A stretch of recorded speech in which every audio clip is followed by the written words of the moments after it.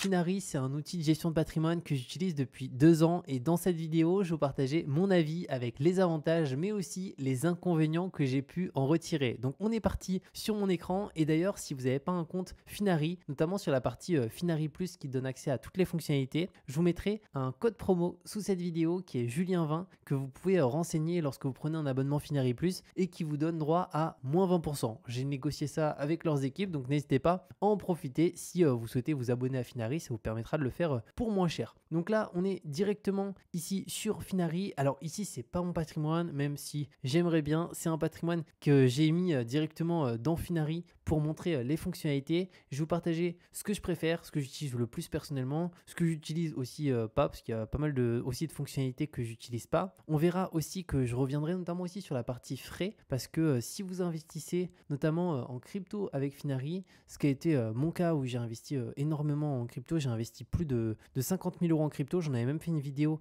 en passant par Finari, je vous partagerai un petit peu comment ça se passe parce que vous allez voir que plus on investit, en fait plus les frais vont être de moins en moins faibles à ce niveau-là et en fait il y a différents statuts, silver, gold, platinum et je vous partagerai un peu comment ça fonctionne.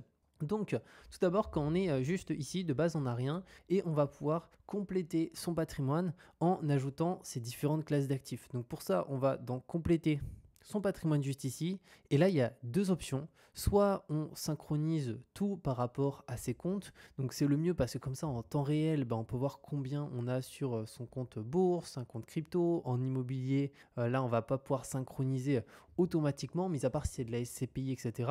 Mais c'est de l'immobilier physique. Il faudra rentrer manuellement les transactions. Et comme ça, après, on va pouvoir tout suivre en direct. Si on prend l'exemple de l'immobilier juste ici, vous allez voir que là, on peut choisir du coup soit l'immobilier physique, soit la SCPI. Donc, imaginons l'immobilier physique. Et là, je veux pouvoir indiquer où est situé ce bien. Et ça va permettre, comme c'est indiqué là, en fait, d'avoir une estimation en fait, en temps réel par rapport à l'adresse de notre bien et toutes ces informations. Et donc, c'est vraiment intéressant. Si, imaginons, je mets Bordeaux juste ici. Là, il ne me trouve pas directement ça. Alors, peut-être qu'il faut mettre directement l'adresse. Donc, je vais ici une adresse. 52 rue Bergeret. Est-ce qu'il va trouver ? Ah oui, là vous voyez, donc il faut mettre directement l'adresse. Là ensuite on peut mettre la description, donc c'est optionnel, le nom c'est optionnel, mais imaginons dans mon cas c'est appartement studio Bordeaux. Voilà. Le type, dans mon cas, c'est un appartement. Là, je peux le catégoriser. Donc, imaginons, moi, je vais mettre que c'est ma résidence principale. Je fais suivant. Là, je peux indiquer la surface. Donc, imaginons 37 mètres carrés.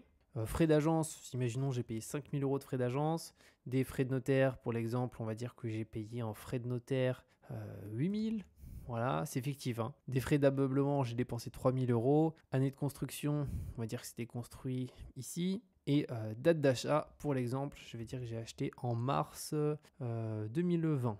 Voilà, mars 2020, durant le Covid. Et là, normalement, j'ai peut-être... là, j'ai marqué 0. Donc là, je pense qu'on est bon au niveau des options. Et prix d'achat hors frais, donc c'est-à-dire hors frais qui sont ici, on va dire que je l'ai acheté, pour l'exemple, 149 000 euros. Voilà, là je peux faire suivant, mettre mes détails si je le souhaite avec le nombre de pièces, etc. Ça permet d'avoir l'estimation la plus précise possible. Hein. Si imaginons j'ai une place de parking, forcément le bien il n'a pas la même valeur. Nombre d'étages du bâtiment, 3 étages. Nombre de pièces, c'est un 2 pièces. Et étage, 3e étage. Voilà, suivant. Et les prestations, là c'est la qualité et l'état. Donc moi je vais mettre que c'est en état normal, c'est-à-dire que c'est pas en super bêta, c'est non pas en mauvais état. Mais voilà, là on peut compléter en tout cas les différentes cases un peu comme on le souhaite. Donc je vais faire suivant. Et ensuite je fais juste valider automatiquement ici. Et là, automatiquement, j'ai mon appartement qui s'est rajouté. Donc, au niveau de mon immobilier, donc là, c'est studio sur Bordeaux. Alors, il estime que du coup, j'ai une plus-value de 17,21%. Donc, ça vous permet aussi de compléter en fait votre patrimoine immobilier. Et je pense qu'il faudrait regarder sur quoi il se base, mais je pense qu'il passe par certainement pour les données par meilleur agent. Faudrait regarder, mais en tout cas, c'est vraiment quelque chose qui est intéressant. Mais entendu, ça ne sera pas le plus précis possible. Je pense que ça ne vaudra pas une estimation d'un agent immobilier, mais ça donne des indications. Donc après, si on souhaite enlever un bien, imaginons je souhaite le supprimer, c'est ce que je veux faire ici, je peux le supprimer automatiquement. Et voilà, donc là, il ne fait plus partie de mon patrimoine. Donc je vais retourner maintenant sur ma synthèse. Donc là, ça a un petit peu bougé d'ailleurs. Donc on peut voir que pour l'exemple ici, l'immobilier 46%. Donc j'ai complété dans mon cas 2 biens immobiliers ici. Donc une résidence principale et un bien locatif. Là, on peut voir un bien locatif avec une belle perte ici latente. Après, la crypto, pareil, la crypto, on peut compléter soit de manière manuelle, soit de manière automatique. Donc là, ici, dans mon cas, je l'ai rentré de manière... Non, je n'ai pas rentré de manière manuelle. J'ai connecté, pour l'exemple ici, ça serait une simulation de connexion de Ledger pour voir combien on a. Donc là, on peut voir, pour l'exemple, il y a 2 bitcoins achetés, vraiment pas cher, à 18 652 euros. Et le prix actuel est à 91 500, donc ça fait une plus-value de 145 000 euros, juste ici. Et après, on peut voir l'évolution au fur et à mesure du temps. Donc là, c'est du 100% Bitcoin juste ici. Et d'ailleurs, si je vais dans compléter mon patrimoine, là, on peut connecter directement, si on a du Binance, moi je me sers aussi de Binance, au-delà de Finari pour investir en DCA crypto, Binance, pour le coup, on peut le connecter. Ça, d'ailleurs, c'est un avantage, c'est qu'on peut connecter énormément de plateformes. Par contre, il y a certaines banques où ça va être compliqué. Moi, dans mon cas, j'habite pas en France, j'habite à Maurice et je sais que les banques mauriciennes, je crois qu'elles sont pas, on les retrouve pas. MCB, MCB, mais non, c'est pas ces MCB là. Visiblement, il y en a certaines qui s'affichent, mais là c'est des fonds, donc on peut voir que ça. Et là des institutions, MCB Bank, mais c'est pas ça. Et ça a pas l'air d'être ça non plus. Alors je peux regarder, ce qui c'est peut-être ça, mais j'ai pas l'impression qu'en tout cas c'est directement un compte MCB. Je vais regarder pour l'exemple, je vais faire continuer. Donc voilà, il n'y a que certaines banques, effectivement, vous ne pourrez pas connecter. Je vais quand même voir si on trouve MCB. Non, MCB Bank, c'est pas ça. MCB Bank Trust. Non, je crois pas que c'est ces éléments-là. Non, c'est pas ça. Donc voilà, il y a plein d'acteurs, mais voilà, certains acteurs, vous ne les retrouverez pas. Après, si vous êtes en France, là, vous pouvez connecter vraiment toutes les banques très facilement. Et si jamais, si comment vous êtes à l'étranger et que vous avez certaines banques qui ne se retrouvent pas, moi en fait ce que je fais c'est que je les complète ici. Pour l'exemple, je vais directement me mettre sur compte bancaire juste ici. Et là, je vais pouvoir indiquer en ajout manuel si je le souhaite. Et imaginons, dans mon cas, ça s'appelle MCB directement. Donc je fais ajouter manuellement. Nom du compte, je vais marquer mon compte perso. Voilà. Type de compte, c'est un compte courant. Imaginons j'ai 500 euros dessus. Je fais suivant et ensuite je fais valider juste ici. Donc je pense que vous avez compris, on peut ajouter soit les transactions manuellement, soit directement on peut connecter en direct. C'est pour moi une des choses intéressantes, mais ce qui est beaucoup plus intéressant, c'est ce qu'on va voir après, notamment l'analyse. Moi, c'est ça dont je me sers quand même le plus. Et là, on peut juste voir par contre aussi une répartition de son patrimoine sous cette forme. Donc là, c'est vraiment comme vous souhaitez. Au niveau de la visualisation, donc là ici je peux voir que des comptes en banque, j'ai MCB, j'ai Boursobank, j'ai Saxo Bank. Et voilà, si on va sur ensuite après actions et fonds, là pour l'exemple j'avais complété un fonds, vous allez voir de gestion qui est ici, il me semble, qui était Carmignac. Bon, ça, c'est des fonds qui ont beaucoup, beaucoup de frais. Et ce qui est intéressant, c'est qu'on peut le voir que du coup, on a un scanner de frais qui nous indique directement. Là, on est à 1,29%. Il y a une économie potentielle là qui est de 38 000 euros sur 30 ans, en sachant que pour le coup, il y a ici 36 000 euros d'investis. Donc l'économie est plus importante que le montant investi sur 30 ans, ce qui est vraiment énorme. Et là, je ne peux pas le voir parce que je suis sur un Finari gratuit pour l'exemple. Mais moi, sur mon compte, je peux le voir. En bas, on me propose des ETF pour remplacer ces fonds-là directement gorgés de frais par d'autres fonds. Ce Carmignac, pour l'exemple, voilà, c'est un truc où il y a beaucoup de frais. Donc même si en fait, des fois, on voit qu'on peut faire de la performance, oui, mais ce qui compte, c'est toujours regarder la performance par rapport à l'indice de référence. Et là, je ne vais pas les vérifier, mais il y a 99% de chances que ça sous-performe l'indice de référence, non pas parce qu'ils sont mauvais, mais tout simplement parce que déjà c'est compliqué de battre un indice de référence et surtout c'est les frais. Vu que là il y a des frais importants, forcément c'est compliqué. Et après là j'ai mis un PEA à Fortuneo aussi avec différents titres. Donc on peut connecter son PEA avec différentes actions, donc Ruby, un Russell 2000, un ETF, voire d'ailleurs plus 71% juste là, Air Liquide, AXA, Total, Vinci, Nexity, moins 71%, ce qui est énorme. Et on peut voir même Total Energy, moins 48%. Juste ici, alors là par rapport à des données qui ont été complétées, je crois que j'ai complété ça manuellement. Donc vu que c'est manuellement, on peut modifier vraiment les titres. Donc ça c'est si vous préférez pas connecter à la plateforme. Moi dans mon cas, tout ce que j'ai pu connecter, je l'ai connecté parce qu'en fait c'est en lecture seule. Donc en fait ils peuvent pas, Finari ici aujourd'hui ne peut pas vendre ou acheter des positions, etc. Ils n'ont aucun contrôle là-dessus, c'est vraiment une lecture seule exclusivement. Maintenant, ce qui est pour moi la chose la plus intéressante, c'est vraiment tout ce qui est analyse juste ici. Pourquoi? Parce que c'est ça qui va permettre de savoir où est-ce qu'on en est. Premièrement, scanner de frais, donc ça on l'a vu, mais là c'est un scanner de frais global sur son patrimoine, de voir qu'est-ce qu'on peut optimiser, donc notamment si on a de l'assurance vie, un CTO avec des fonds actifs, que ce soit de la SCPI, etc. On va pouvoir directement voir, bon là je peux pas, mais du coup plus bas, tout ce qui est pour le coup à optimiser et comment l'optimiser. Ensuite, les revenus passifs, donc ça c'est le pourcentage sur notre patrimoine de revenus passifs projeté sur 12 mois. Donc ça c'est vraiment aussi hyper bien à ce niveau-là. Après, la diversification, donc là on peut voir qu'elle est très bonne. Donc on a une diversification sectorielle qui est bonne. Pareil, normalement on va nous dire un petit peu plus bas concrètement qu'est-ce qu'on peut rajouter pour être potentiellement mieux exposé. Pareil, si on est sous-exposé à un marché directement ou surexposé. Et la diversification géographique l'emporte 2 sur 10. Donc là, c'est beaucoup moins bien. Et après, on a un rapport mensuel. Et ça, c'est top parce qu'on le reçoit chaque mois concrètement qui nous indique, tiens, notre patrimoine a augmenté ce mois-ci de tant de pourcents. La classe d'actifs qui a le mieux performé est celle-ci, voire notre patrimoine a baissé si le marché a baissé, etc. Et donc ça, on le reçoit chaque mois directement. C'est vraiment cool. Et le plus intéressant pour moi, c'est cette partie-là. Pourquoi? Parce que en fait ici c'est une simulation Monte Carlo qui est pris, donc je crois que c'est sur 5000 simulations que c'est calculé par rapport à notre patrimoine qu'on a connecté sur Finari. Et ça nous permet de voir sur, je crois qu'on a 3 choix, c'est à 10 ans, 20 ans, 30 ans. Concrètement, par rapport à cette simulation à Monte Carlo, on a, il me semble que c'est 90% de chances de se retrouver entre le plus haut et le plus bas juste ici. Donc on a 90% de chances d'être entre les deux et de voir notre patrimoine, il sera de combien. Et donc c'est quelque chose qui est intéressant parce que si on se rend compte que demain vous avez, imaginons, un compte titre avec beaucoup d'investissements en bourse, si vous mettez tout en livret A, vous allez voir que la performance va drastiquement diminuer juste ici parce que ça va toujours prendre par rapport à notre compte Finari. Donc ça, c'est disponible que sur Finari Plus. Donc moi, j'y ai accès. Sur Finari Lite, je ne sais pas si c'est disponible, mais en tout cas, je vous conseille Finari Plus parce que c'est comme ça que vous avez toutes les meilleures insights.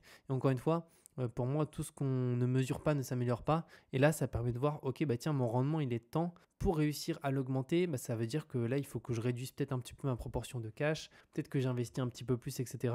Parce qu'on peut être étonné, on peut même être en rendement négatif. C'est-à-dire que sur 20 ans, 30 ans, on peut avoir, si imaginons j'ai 100 000 euros sur un compte, sur mon compte Finari avec tous mes investissements, être à moins 1%. On va se dire, mais c'est lunaire. Pourquoi? Parce qu'il y a l'inflation et ici, sur la simulation Monte Carlo, il va prendre en considération la performance des actifs sur une longue période, que ce soit la performance du cash, que ce soit la performance d'actions, pour le coup, imaginons, émergentes, que ce soit de small cap, que ce soit de la SCPI, de l'immobilier sur Paris, de l'immobilier sur Bordeaux. Donc ça va vraiment être très très précis. Donc moi, ça, c'est quelque chose que vraiment j'adore. Et après, on peut voir aussi les investissements populaires. Donc là, c'est des investisseurs sur Finari. On peut voir que l'action numéro 1, là, c'est Total Energy. Et ça, c'est quand même assez un biais parce que Total Energy, au final, c'est pas du tout la plus grosse capitalisation mondiale. Mais ça, très souvent, les Français investissent beaucoup sur les actions françaises, les Américains beaucoup sur les actions américaines. Mais pour le coup, ça, c'est assez intéressant parce qu'on peut le voir dans la liste du top 10, il y a pas mal d'actions françaises.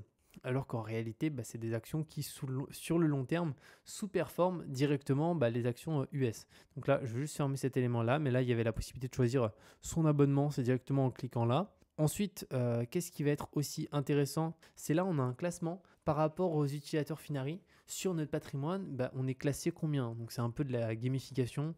Donc là, ça s'affiche pas, on ne sait pas, mais du coup, quand on a Finari Plus, on peut voir. Et par rapport aussi à la population française. Donc ça, c'est selon ici les sources de l'INSEE. Donc on sait que tel patrimoine, on fait partie du top 1%, top 20%, on est top 70%, peu importe. Et donc là, on peut voir son évolution.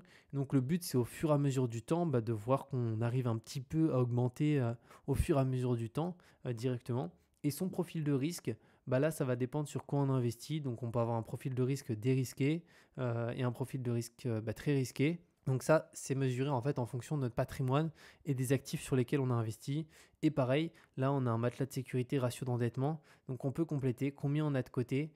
Et aussi, par rapport à notre patrimoine immobilier, si on a des crédits, on a notre taux d'endettement qui s'affiche juste ici. Donc, moi, ça, c'est vraiment, je trouve, la partie la plus intéressante de Finari. Il y a aussi un outil de budget juste ici. Alors, moi, je m'en sers pas du tout. Pour le coup, j'ai pas synchronisé par rapport à mon compte la partie budget. Je me sers encore pour le moment de mon bon vieux Google Sheet parce que c'est par habitude. Par contre, sur patrimoine, clairement, c'est beaucoup plus intéressant parce que sur le patrimoine, pour moi, il y a plusieurs comptes, etc. Donc, c'est plus simple. Et surtout, j'ai les simulations, etc. que j'ai pas du tout sur mon compte perso. Après, il y a aussi un élément qui est intéressant, c'est la roadmap. En fait, la roadmap, on peut y accéder en allant juste ici dans, c'est où? C'est juste là, roadmap.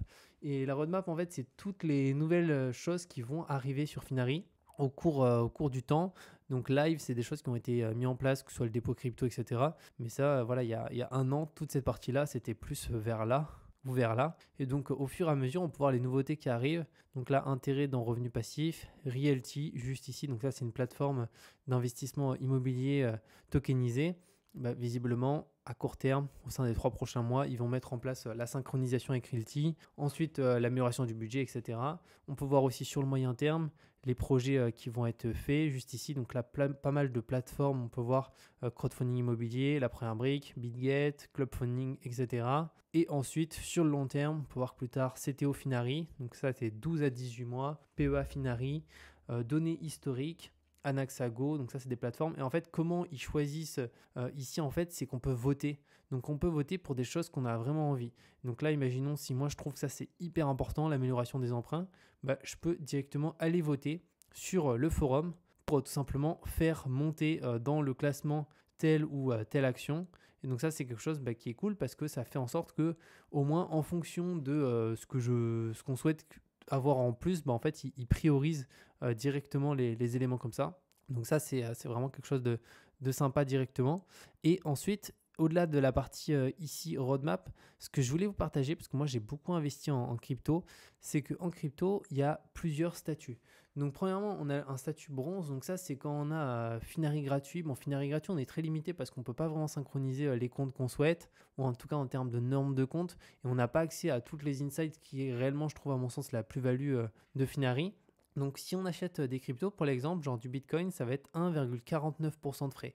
Donc à mon sens, c'est quand même assez élevé si on compare à d'autres plateformes, notamment du Binance, qui pour le coup est accessible que lorsqu'on est français, on aura des frais plus faibles. Par contre, là où c'est intéressant, c'est sur les statuts qui vont être au-dessus. Les statuts qui vont être au-dessus, Silver, donc c'est dès qu'on a investi au total 25 000 euros. Alors oui, c'est beaucoup, c'est clair, mais il y a des personnes qui investissent beaucoup en crypto. Dans ce cas-là, on va avoir des frais qui sont plus faibles, on passe à 0,89, ensuite 0,79 et 0,49. Et en sachant qu'aussi avec Finari Plus classique, il me semble qu'on est à 0,99 directement. D'ailleurs, je peux vous le partager juste là. Voilà, on peut voir si on est sur Finari Plus, on est à 0,99. Après, on passe à 1,29 sur Finari Lite. Version gratuite 1,49. Donc sur la version gratuite, clairement, moi je ne vous conseille pas forcément d'investir en crypto parce que vous pouvez payer moins cher, je pense, sur d'autres plateformes comme Binance. Et après, statut VIP jusqu'à 49 et 0,49, en fait, ça va dépendre des montants investis, comme on peut le voir. Donc, une personne qui a investi plus de 25 000 euros, elle passe à 0,89. Statut Gold, donc moi, je sais que sur mon compte Finari, j'ai investi plus de 50 000, donc je suis à 0,79. Et après, une personne là qui a investi plus de 100 000, elle est à 0,49, ce qui est des frais très très bas. Parce que si on regarde juste là, par rapport à d'autres plateformes, Revolut, pour l'exemple, on est à 1,49, plus on a un prix de l'actif qui a plus 1,21% par rapport au prix en temps réel. Donc on peut voir que ça fait des frais à 2,70, ce qui est quand même très élevé. Coinbase, pareil, les frais sont élevés, c'est la plateforme numéro 1, mais les frais sont élevés. On a 2,99 plus un prix de l'actif qui est supérieur. Trade Republic, frais de DCA, on peut être à 0 €, donc ça c'est nickel. Mais on a un prix de l'actif qui est quand même légèrement supérieur, on a 1,09. Donc finalement, c'est plus intéressant de passer par Finari que par Trade Republic, en sachant que sur Finari, on peut sortir ses cryptos sur son hardware wallet, ce qui n'est pas possible sur Trade Republic. Et Swissborg, on est comme sur Finari à peu près 1% plus 0,05, c'est à peu près pareil. Et Binance est un petit peu moins cher, on a 0,20 plus 0,24 juste ici. Mais en termes d'utilisation, je trouve que Finari, c'est quand même plus simple. C'est plus une plateforme d'investissement, on va dire, que de trading. Et après, les recharges instantanées. Donc là, on peut voir que certains, c'est gratuit, d'autres, c'est payant. Ça dépend si on dépose par virement. La majorité sont gratuits. Binance, juste, c'est 1 euro. Et les transferts de crypto, là, c'est possible quasiment pour tous, sauf pour Trade Republic. Et enregistrer AMF, c'est le cas de tous, sauf Revolut directement ici. Et après, on a les sièges sociaux aussi à ce niveau-là. Donc voilà par rapport à ici, je vais me remettre sur la synthèse. Comment ça fonctionne Finari avec les différentes fonctionnalités. Donc j'espère que cette vidéo vous a plu avec mon avis sur la plateforme. Donc moi je trouve que c'est vraiment top. Bien entendu, il y a des points toujours qui peuvent être améliorés, notamment la synchronisation de certains comptes qui ne le sont pas encore. Mais en fait, je vois que c'est au fur et à mesure du temps, en fait, il y a toujours de nouvelles intégrations. Donc ça permet directement de pouvoir connecter certains comptes. Et après, sinon dans la globalité, c'est vraiment une super plateforme. Encore une fois, tout ce qui se mesure s'améliore. Et pour moi, c'est la meilleure chose lorsqu'on investit à long terme. Alors c'est sûr que si on a un patrimoine, et ça c'est important, je pense qu'une personne qui a 500 euros de patrimoine, je trouve pas ça intéressant pour cette personne de prendre un abonnement Finari pour 500 euros de patrimoine. Parce que en fait, elle ne sera pas rentable par rapport aux économies de frais qu'elle va faire, etc. Par contre, si clairement on a un patrimoine qui est plus important, je pense qu'à partir d'un certain montant, c'est hyper intéressant. Aussi, ça nous motive, ça nous permet de voir l'évolution, de toujours être optimisé sur les frais, de voir aussi une simulation Monte Carlo où on sait qu'ok, dans 20 ans, on a très forte chance d'être entre tel niveau et tel niveau, même si encore une fois, c'est basé sur une situation passée, sur de l'historique. Mais au bout d'un moment, il faut bien se baser forcément sur quelque chose, sur les marchés historiques. Donc franchement, moi je trouve que c'est une super solution. Si on commence à avoir un certain patrimoine, voilà, pour moi, si on a plus de 5000 euros et plus encore, ça devient vraiment intéressant parce que ça va aussi nous motiver à avoir envie toujours d'investir plus et de voir que notre patrimoine augmente. Et ça, moi, je trouve que c'est quelque chose d'hyper intéressant. Donc, comme je l'ai dit, je vous mets un lien sur cette vidéo pour ouvrir un compte Finari gratuit. Et au-delà de ça, vous pouvez utiliser pour Finari Plus un code promo qui est Julien20 qui vous donne moins 20%. La seule particularité, c'est qu'il faut l'appliquer sur ordinateur parce que je crois que sur mobile, on ne peut pas l'appliquer directement. Donc, passez par votre ordinateur pour le mettre et vous aurez moins 20%. Et on se retrouve de toute manière très bientôt pour de nouvelles vidéos.